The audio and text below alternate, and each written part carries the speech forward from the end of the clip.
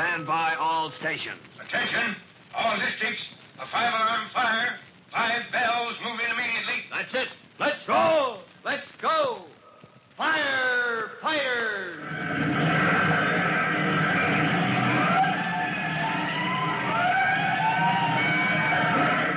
Presenting Firefighters, the true-to-life story of our unsung heroes who stand ready to ride by day or night against our most murderous enemy, the demon of fire.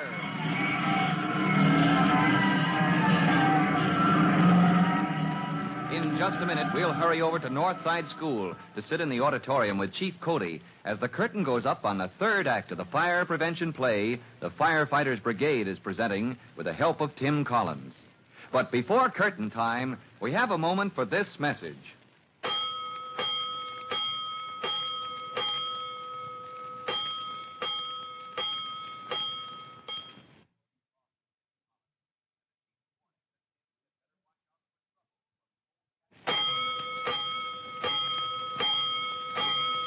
Let's go, firefighters.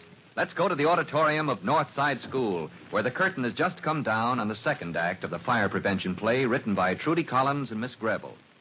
Here in the audience, Chief Cody has been saving his seat beside him for Miss Greville. Excuse me, Chief Cody. Oh, I'm sorry. This seat is taken. Oh, it's you, Miss Greville. Well, sit down.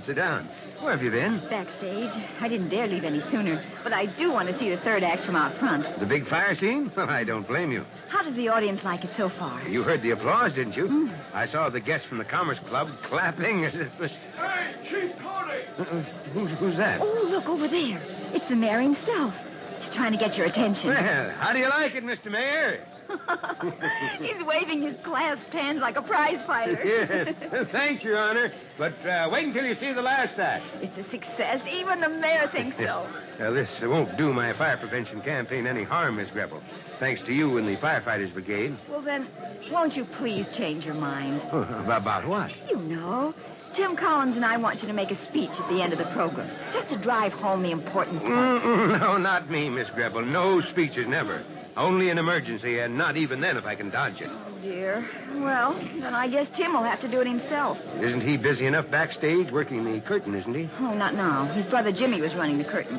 But Jimmy's going to be a fireman in the big fire scene, and Tim is in charge of the lights and sound effects. Somebody had better run that curtain up soon, too. Audience is getting restless. Mr. Jensen, the janitor, will take care of that. He's never seen the play, but Tim can signal to him when to run the curtain up and down. Let's hope he doesn't get mixed up. Oh, he'll hear Jimmy's cue anyway. You see, Jimmy drags the fire hose on stage. The real hose? The one that's hooked up in case of fire? Oh, yes, but nothing can go wrong. Unless somebody turns the water on. Well, let's hope not. And when Mr. Jensen hears Jimmy's last line, when he says, "Turn on the water," then the curtain comes down. Oh, we're off. There goes the curtain. Here comes the big fire scene. As the curtain rises, the audience watches a pitch-black stage on which a sudden glow of red light depicts a smoldering blaze. The light grows and spreads, flickering wildly. And backstage, Tim Collins gives the signal for the sound effects of the fire siren. Hey, that's a 3-bagger, all right. One of the wildest fires I ever saw, man or boy. Where did you hear it? I hope this doesn't upset Jensen. If he didn't see the rehearsal, he'll think this is the real thing. Oh, dear, I hope he understands it's only a play.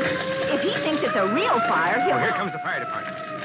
Which is Jimmy Collins? The one holding the nozzle. Oh, pipe man, eh? Oh, the young rascal. Look at him crouching down. You'd think that room was full of smoke. He ought to start saying his lines now. He ought to... Hard, Mill. This is a tough one. Well, it's all of that, Jimmy. Deep down below the smoke, we gotta find the seat of the blaze. That's right, son. Now comes his last line, the speech that brings down the curtain. Water! Charge that line! Send that water along! Now, down comes the curtain. What's keeping? Oh. Your Mr. Jensen must be asleep. I said water! Golly, Mr. Jensen, that means bring down the curtain. Send that water along! Oh, good boy. Jimmy told him what to do. Hey, don't turn that water on. Great blazing blisters. Jensen did send the water along. No,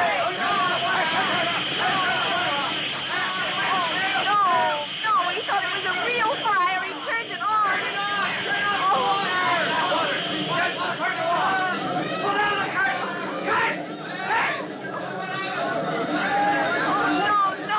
Couldn't happen. It couldn't. Not with the mayor and the Commerce Club here to see.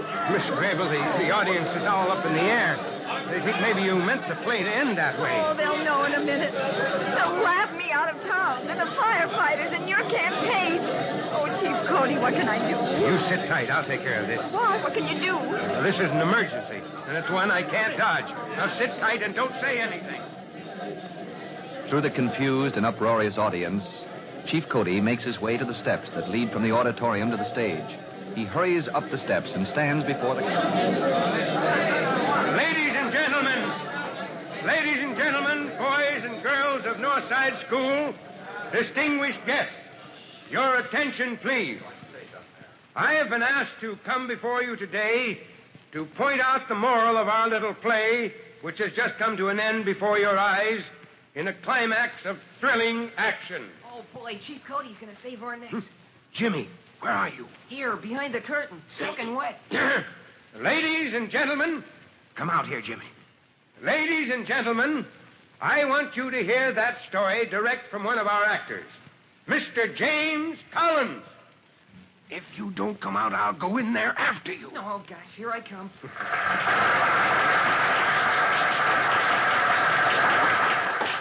Mr. James Collins. Now, Jimmy, will you tell the audience what this play was supposed to prove? Well, the Firefighters Brigade wanted to show how most people forget to take care of their homes. You know, leave stuff around in the cellar that ought to be thrown out, and maybe cleaning rags and stuff that can catch fire by spontaneous combustion. Mm-hmm. That's right, son. And ladies and gentlemen, in the third act, you saw the result of this carelessness. Fire. Calling for the intervention of the fire department. But golly, we didn't mean to drown anybody. Mr. Jensen... No, ladies and gentlemen, the fire department never means to cause damage. But we must fight fire with desperate measures. And as Mr. Collins and his fellow actors have just demonstrated, even the cure for fire, the powerful jet of water from a fire hose, can cause damage to destruction. So I beg you... But, Chief Cody, it was all an accident. Pipe down, Jimmy. Let him talk. So I beg you, do your share to help us protect life and property. Stop fires before they start. Clean house. And back up our fire prevention campaign. I thank you.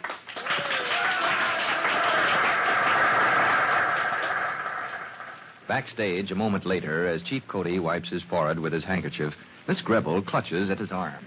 Oh, Chief Cody, you were wonderful. The audience thinks we did it on purpose. That was a wonderful speech. Yeah, me making speeches. Oh, Chief, you brought down the house.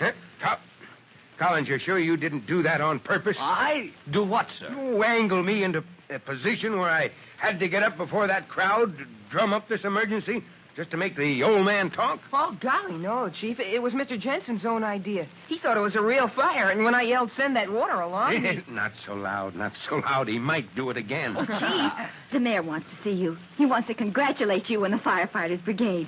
But we were hoping that you... Well, Chief Cody, as president of the Firefighters Brigade, and the play was such a success, even if we all did get drowned, Well, couldn't you... Chief, Jimmy's going to buy drinks for Sonia... Miss Gribble and me. And won't you come, too? Chief, you just got it. It was you made the big speech. Well, young man, I think you do owe me a drink. I'll tell you, I'll meet you all at the soda shop just as soon as I can escape from the mayor. And so, after weeks of preparation and turmoil, the fire prevention play at Northside School turns out to be a triumphant success. But next day, when Tim Collins reports to Chief Cody at headquarters, the chief tells him... Well, Collins, it's time to take up this matter of your transfer. Yes, sir. I'm ready, sir. You're sure you wouldn't rather stay in the Bureau of Fire Prevention? Your assignment is temporary, but I could make it permanent, you know. Well, not at present, sir. Well, you know what I want to do. Yes, I know. Transfer to the rescue company. Yes, sir, with your approval, but... Well... Chief Cody, ever since I first requested a transfer to the rescue company, you said you'd approve, but I've got a feeling you don't like the idea. Collins, I'll be honest with you. As to liking the idea, I do and I don't. I see, sir. You think I'm not ready for such a tough assignment? No, Collins, you don't see. Confound it, you're ready, but you don't realize what you're asking for. Why, you'll be in hot water from the moment your transfer is made known. Now, what do you suppose Chief Cody means by that? Tim Collins has been in hot water before. But for the first time, the chief seems to think here's a situation too tough for Tim to handle. For the trouble that threatens when Tim joins the rescue company, don't miss our next true-to-life episode of The Firefighters. In just a moment, Chief Bob Cody will tell you, boys and girls, how you can help the firefighters in your own town. But first, here's a message you ought to hear.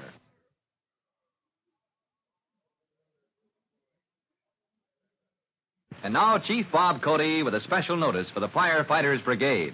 Chief Cody. Hello, boys and girls. This is Chief Cody telling you this time about the work of the salvage company. At any fire that threatens property damage, these firemen turn up with special equipment. Heavy covers to protect furnishings and goods from water damage, for instance. And they carry out of the burning building anything that can be saved, or use special methods to drain off water so merchandise will not be flooded. Members of the salvage company use every possible means to prevent property damage, and they pay their way time and time again just by doing their job. So long for now. You'll be hearing from me. Fire Chief Cody and the young rookie fireman Tim Collins will be back on the same station the next time you hear... That's it. Let's roar!